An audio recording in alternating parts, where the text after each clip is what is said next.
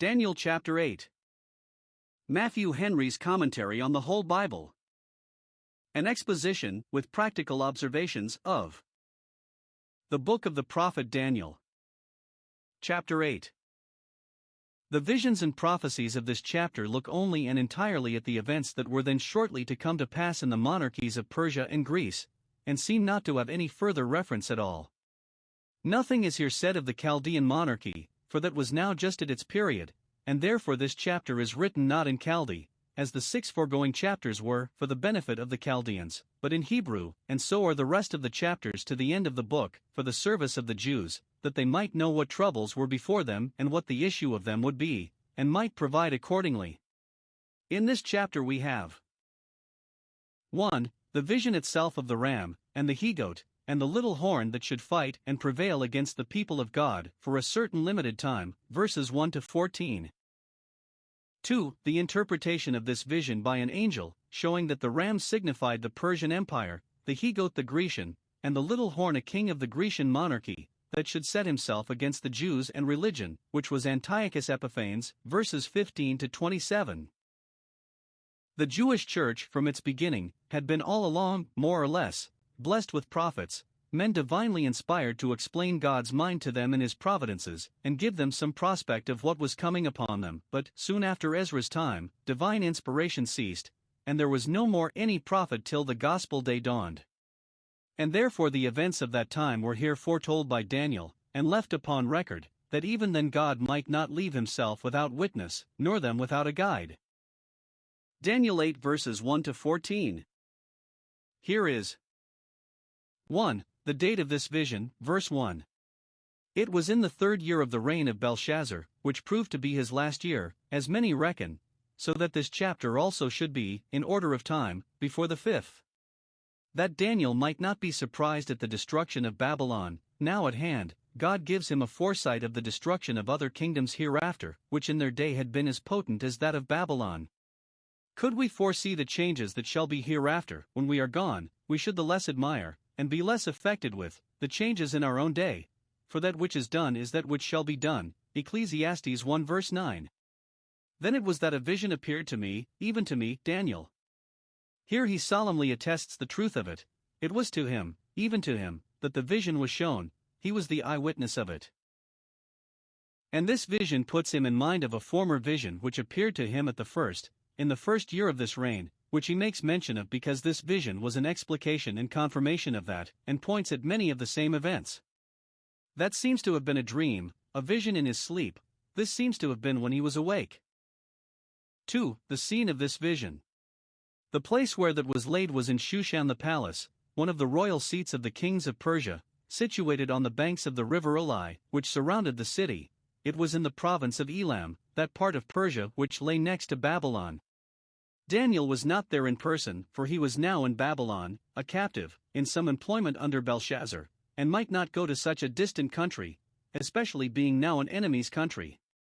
But he was there in vision, as Ezekiel, when a captive in Babylon, was often brought, in the spirit, to the land of Israel.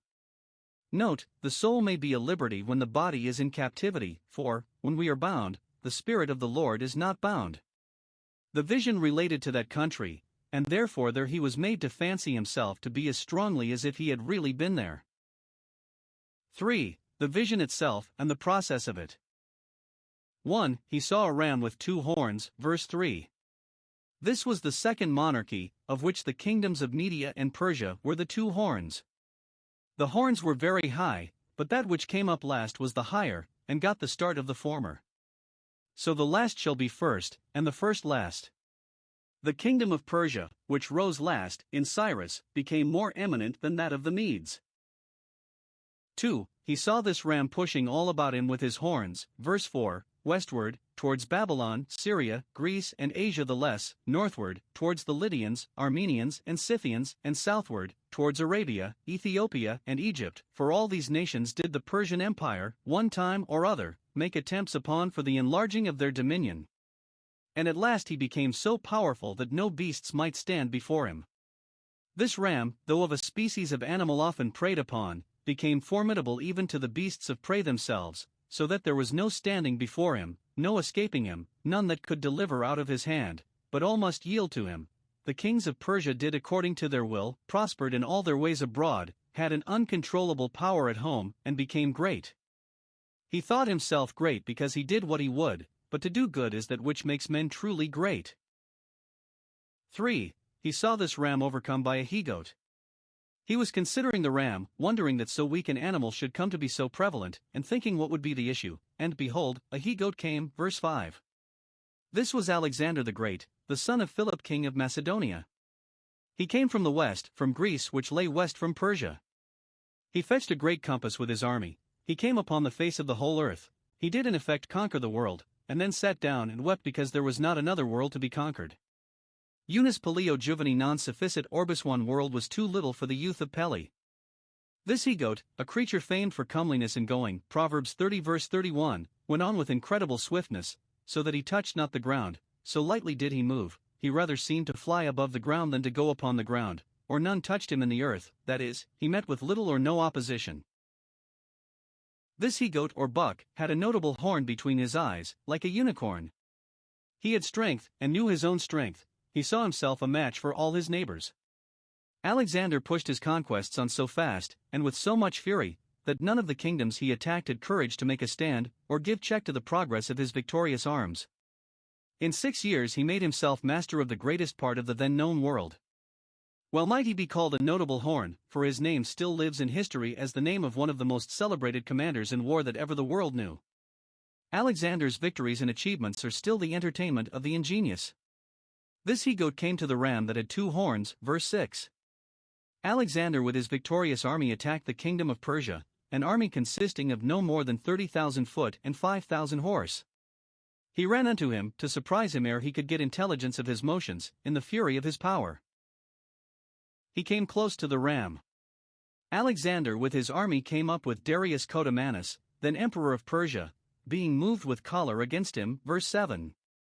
It was with the greatest violence that Alexander pushed on his war against Darius, who, though he brought vast numbers into the field, yet, for want of skill, was an unequal match for him, so that Alexander was too hard for him whenever he engaged him, smote him, cast him down to the ground, and stamped upon him, which 3 expressions, some think, refer to the 3 famous victories that Alexander obtained over Darius, at Granicus, at Issus, and at Arbela, by which he was at length totally routed, having, in the last battle, had 600,000 men killed, so that Alexander became absolute master of all the Persian Empire, broke his 2 horns, the kingdoms of Media and Persia.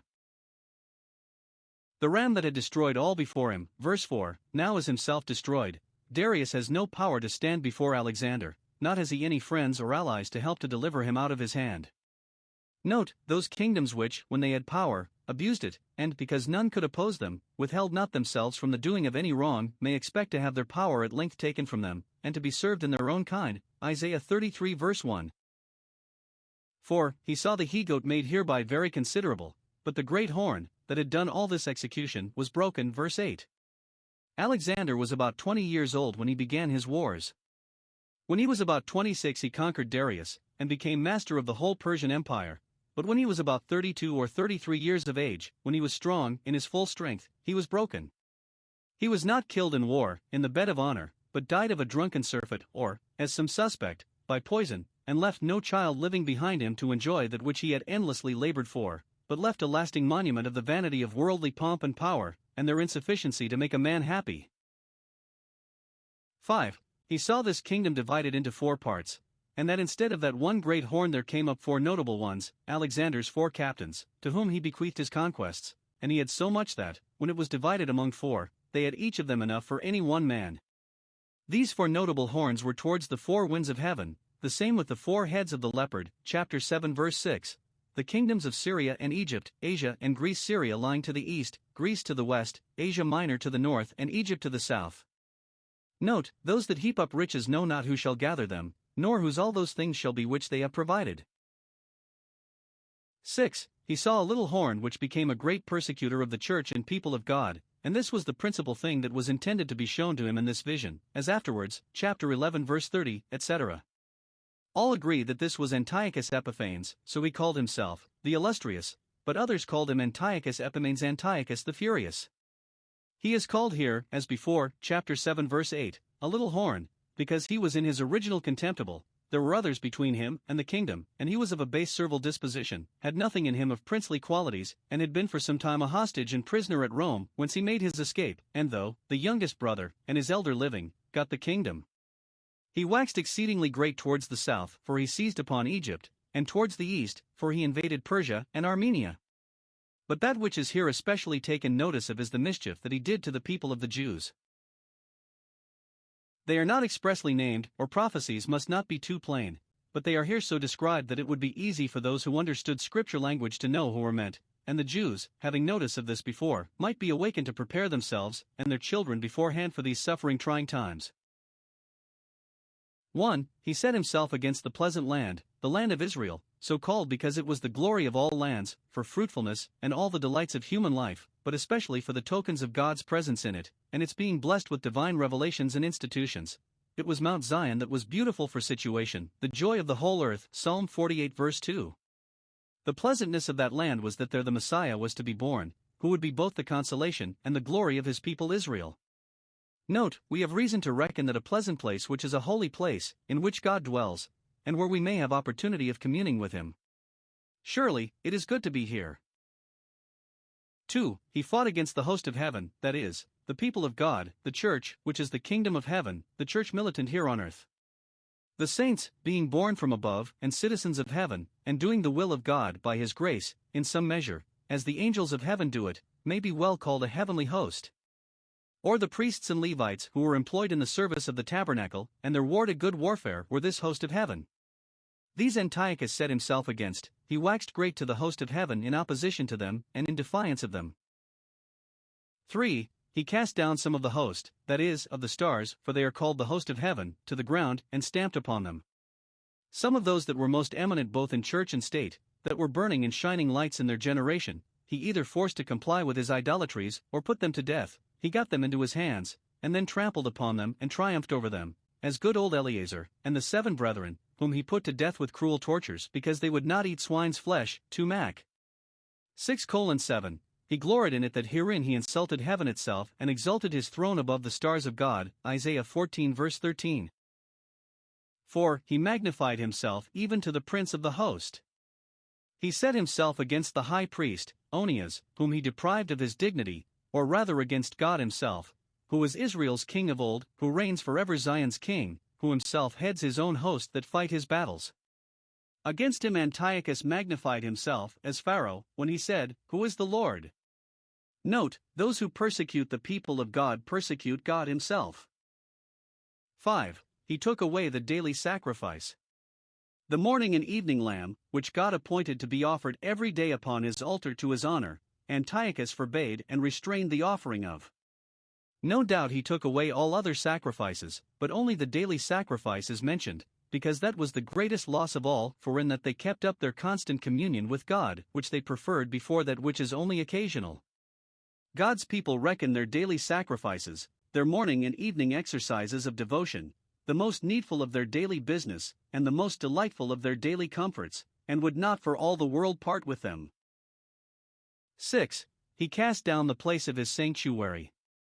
He did not burn and demolish the temple, but he cast it down, when he profaned it, made it the temple of Jupiter Olympus, and set up his image in it. He also cast down the truth to the ground, trampled upon the book of the law, that word of truth, tore it, and burnt it, and did what he could to destroy it quite, that it might be lost and forgotten forever. These were the projects of that wicked prince. In these he practiced. And, would you think it, in these he prospered?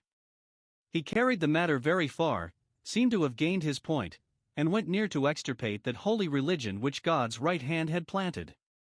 But lest he or any other should triumph, as if herein he had prevailed against God himself and been too hard for him, the matter is here explained and set in a true light. 1. He could not have done this if God had not permitted him to do it, could have had no power against Israel unless it had been given him from above. God put this power into his hand and gave him a host against the daily sacrifice. God's providence put that sword into his hand by which he was enabled thus to bear down all before him. Note, we ought to eye and own the hand of God in all the enterprises and all the successes of the church's enemies against the church. They are but the rod in God's hand. 2. God would not have permitted it if his people had not provoked him to do so. It is by reason of transgression, the transgression of Israel, to correct them for that Antiochus is employed to give them all this trouble.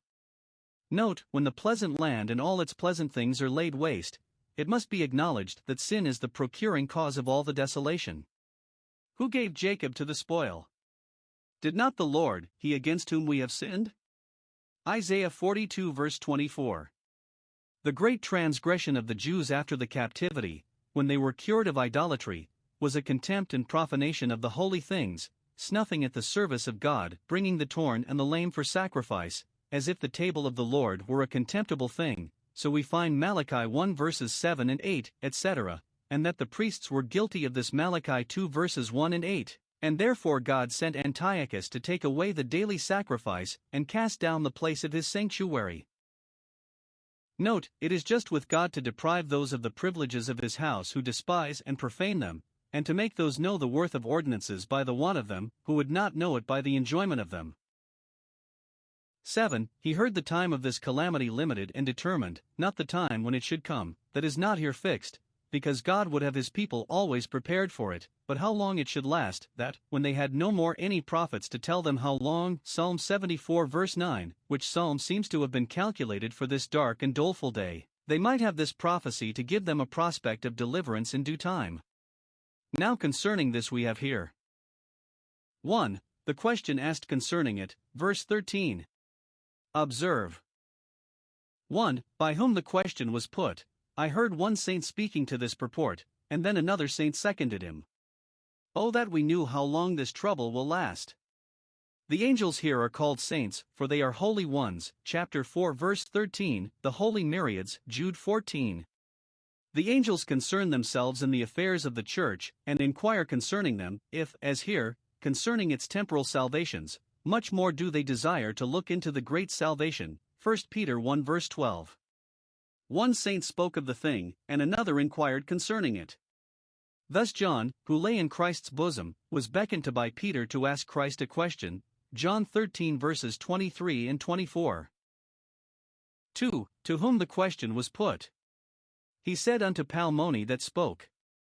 Some make this certain saint to be a superior angel who understood more than the rest, to whom therefore they came with their inquiries. Others make it to be the eternal Word, the Son of God. He is the unknown one.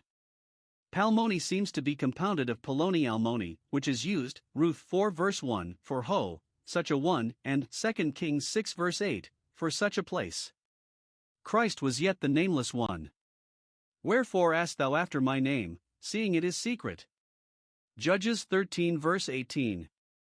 He is the numberer of secrets, as some translate it, for from him there is nothing hidden. The wonderful numberer, so others, his name is called Wonderful.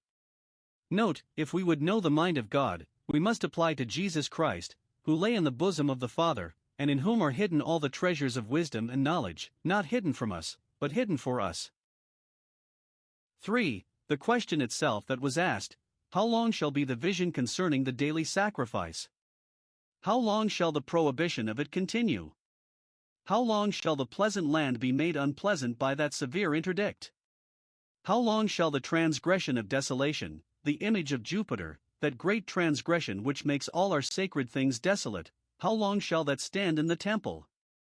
How long shall the sanctuary and the host, the holy place and the holy persons that minister in it, be trodden under foot by the oppressor? Note, angels are concerned for the prosperity of the church on earth and desirous to see an end of its desolations. The angels asked for the satisfaction of Daniel, not doubting, but he was desirous to know how long these calamities should last. The question takes it for granted that they should not last always. The rod of the wicked shall not rest upon the lot of the righteous, though it may come upon their lot. Christ comforted himself in his sufferings with this, the things concerning me have an end, Luke 22 verse 37, and so may the church in hers. But it is desirable to know how long they shall last, that we may provide accordingly. 2. The answer given to this question, verse 14. Christ gives instruction to the holy angels, for they are our fellow servants. But here the answer was given to Daniel, because for his sake the question was asked. He said unto me, God sometimes gives in great favors to his people, in answer to the inquiries and requests of their friends for them. Now, 1. Christ assures him that the trouble shall end. It shall continue 2,300 days, and no longer, so many evenings and mornings, so the word is, so many nichthi marai, so many natural days, reckoned, as in the beginning of Genesis, by the evenings and mornings, because it was the evening and the morning sacrifice that they most lamented the loss of, and thought the time passed very slowly while they were deprived of them. Some make the morning and the evening, in this number, to stand for 2, and then 2,300 evenings, and as many mornings will make but 1,150 days, and about so many days it was that the daily sacrifice was interrupted, and this comes nearer to the computation, chapter 7 verse 25, of a time, times, and the dividing of a time. But it is less forced to understand them of so many natural days. 2,300 days makes 6 years and 3 months, and about 18 days, and just so long they reckon from the defection of the people, procured by Menelaus the high priest in the 142nd year of the kingdom of the Seleucidae, the 6th month of that year, and the 6th day of the month, so Josephus dates it, to the cleansing of the sanctuary, and the re-establishment of religion among them, which was in the 148th year, the 9th month and the 25th day of the month, 1 Mac. For 52, God reckons the time of his people's afflictions he is afflicted. Revelation 2 verse 10, Thou shalt have tribulation 10 days. 2. He assures him that they shall see better days afterwards, then shall the sanctuary be cleansed. Note, the cleansing of the sanctuary is a happy token for good to any people. When they begin to be reformed they will soon be relieved. Though the righteous God may, for the correction of his people, suffer his sanctuary to be profaned for a while, yet the jealous God will, for his own glory, see to the cleansing of it in due time. Christ died to cleanse his church, and he will so cleanse it as at length to present it blameless to himself. Daniel 8 verses 15 to 27. Here we have 1. Daniel's earnest desire to have this vision explained to him. Verse 15 I sought the meaning. Note, those that rightly know the things of God cannot but desire to know more and more of them, and to be led further into the mystery of them, and those that would find the meaning of what they have seen or heard from God must seek it, and seek it diligently. Seek and you shall find. Daniel considered the thing, compared it with the former discoveries, to try if he could understand it, but especially he sought by prayer, as he had done chapter 2 verse 18, and he did not seek in vain. 2. Orders given to the angel Gabriel to inform him concerning this vision. 1. In the appearance of a man, who, some think, was Christ himself, for who besides could command angels, orders Gabriel to make Daniel understand this vision. Sometimes God is pleased to make use of the ministration of angels, not only to protect his children, but to instruct them, to serve the kind intentions, not only of his providence, but of his grace. 3. The consternation that Daniel was in upon the approach of his instructor. Verse 17 When he came near I was afraid. Though Daniel was a man of great prudence and courage, and had been conversant with the visions of the Almighty, yet the approach of an extraordinary messenger from heaven put him into this fright. He fell upon his face, not to worship the angel, but because he could no longer bear the dazzling luster of his glory. Nay, being prostrate upon the ground, he fell into a deep sleep, verse 18, which came not from any neglect of the vision, or indifference towards it, but was an effect of his faintness, and the oppression of spirit he was under, through the abundance of revelations. The disciples in the garden slept for sorrow, and, as there, so here, the spirit was willing, but the flesh was weak. Daniel would have kept awake, and could not. For the relief which the angel gave to Daniel, with great encouragement to him to expect a satisfactory discovery of the meaning of this vision. 1. He touched him, and set him upon his feet, verse 18. Thus when John, in a similar case, was in similar consternation, Christ laid his right hand upon him, Revelation 1 verse 17. It was a gentle touch that the angel here gave to Daniel, to show that he came not to hurt him, not to plead against him with his great power, or with a hand heavy upon him, but to help him, to put strength into him, Job 23 verse 6, which God can do with a touch. When we are slumbering and groveling on this earth we are very unfit to hear from God, and to converse with him. But, if God design instruction for us, he will be his grace awaken us out of our slumber, raise us from things below, and set us upright. 2. He promised to inform him, Understand, O Son of Man. Verse 17. Thou shalt understand, if thou wilt, but apply thy mind to understand. He calls him Son of Man to intimate that he would consider his frame, and would deal tenderly with him, accommodating himself to his capacity as a man. Or thus he preaches humility to him, though he be admitted to converse with angels, he must not be puffed up with it, but must remember that he is a son of man.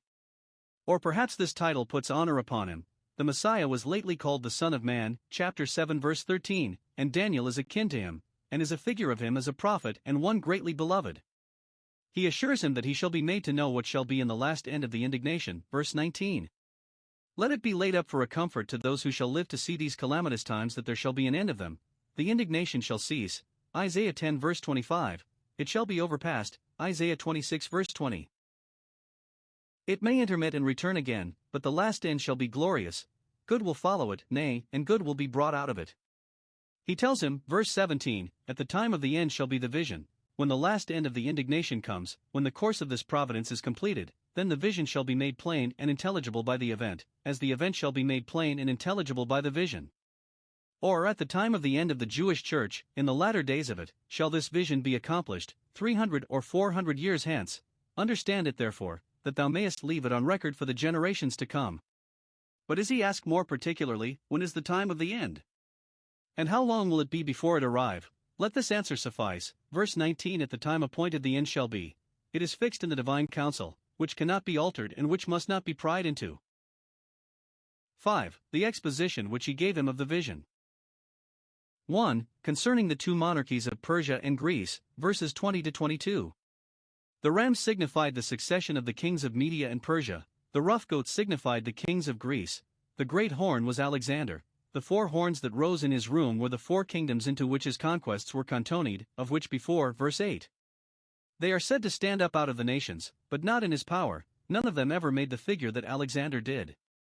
Josephus relates that when Alexander had taken Tyre, and subdued Palestine, and was upon his march to Jerusalem, Jaddas, who was them high priest, Nehemiah mentions one of his name, chapter 12 verse 11, fearing his rage, had recourse to God by prayer and sacrifice for the common safety, and was by him warned in a dream that upon Alexander's approach he should throw open the gates of the city, and that he and the rest of the priests should go forth to meet him in their habits, and all the people in white.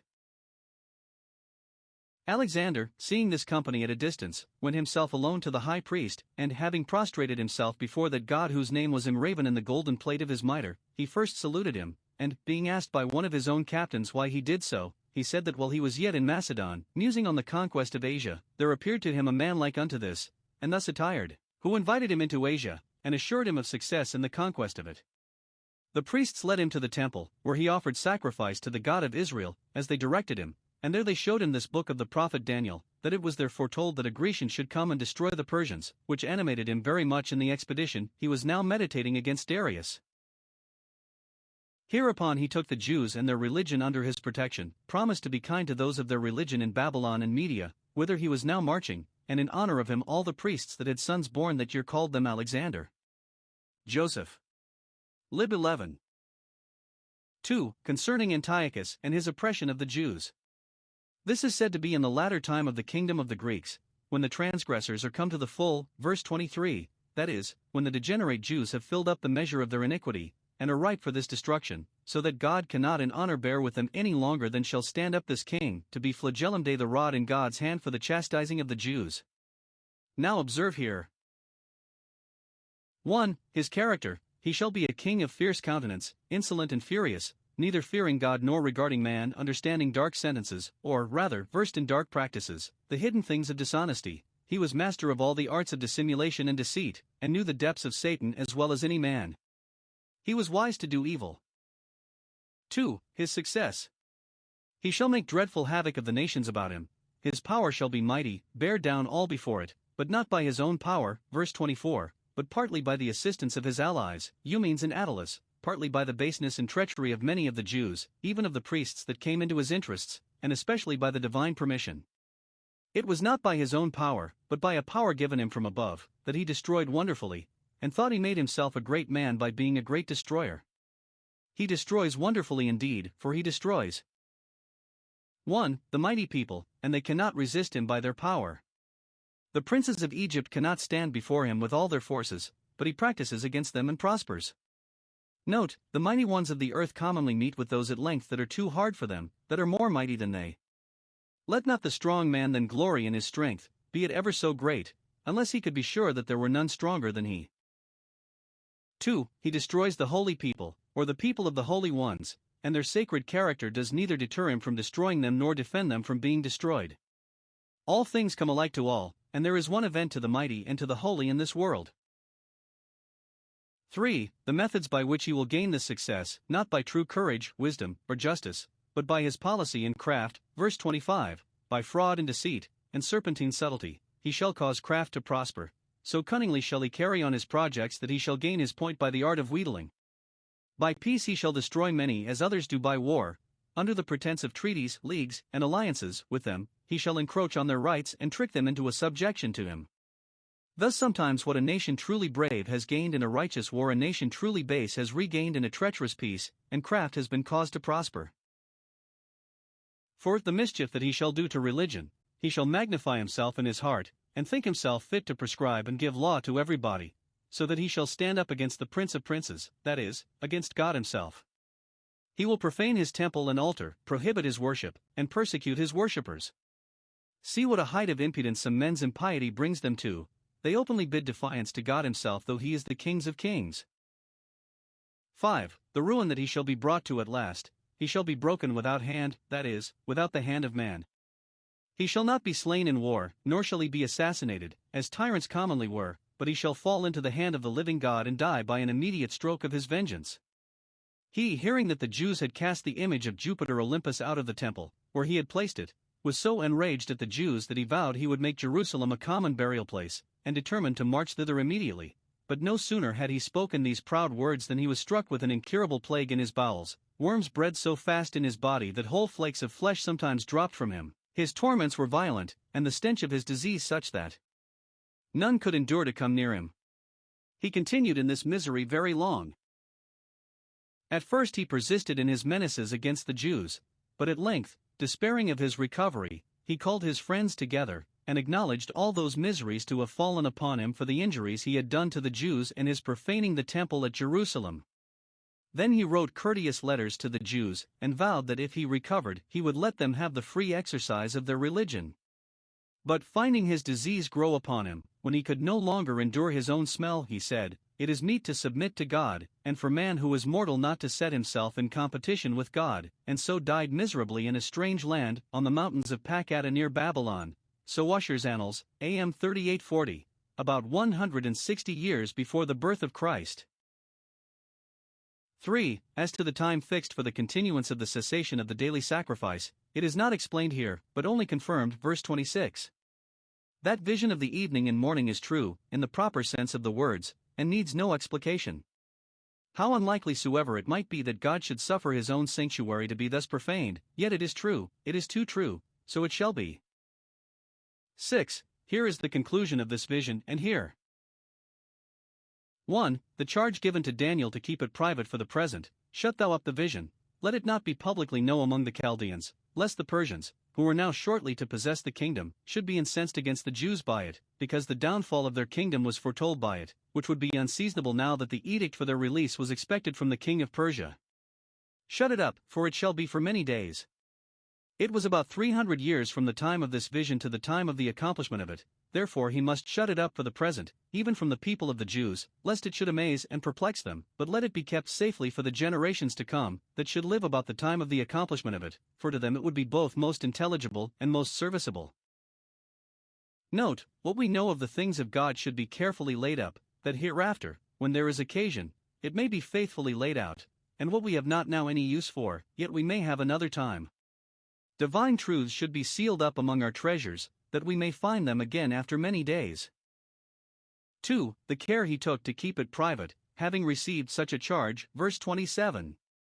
He fainted, and was sick, with the multitude of his thoughts within him occasioned by this vision, which oppressed and overwhelmed him the more because he was forbidden to publish what he had seen, so that his belly was as wine which has no vent, he was ready to burst like new bottles. Job 32 verse 19.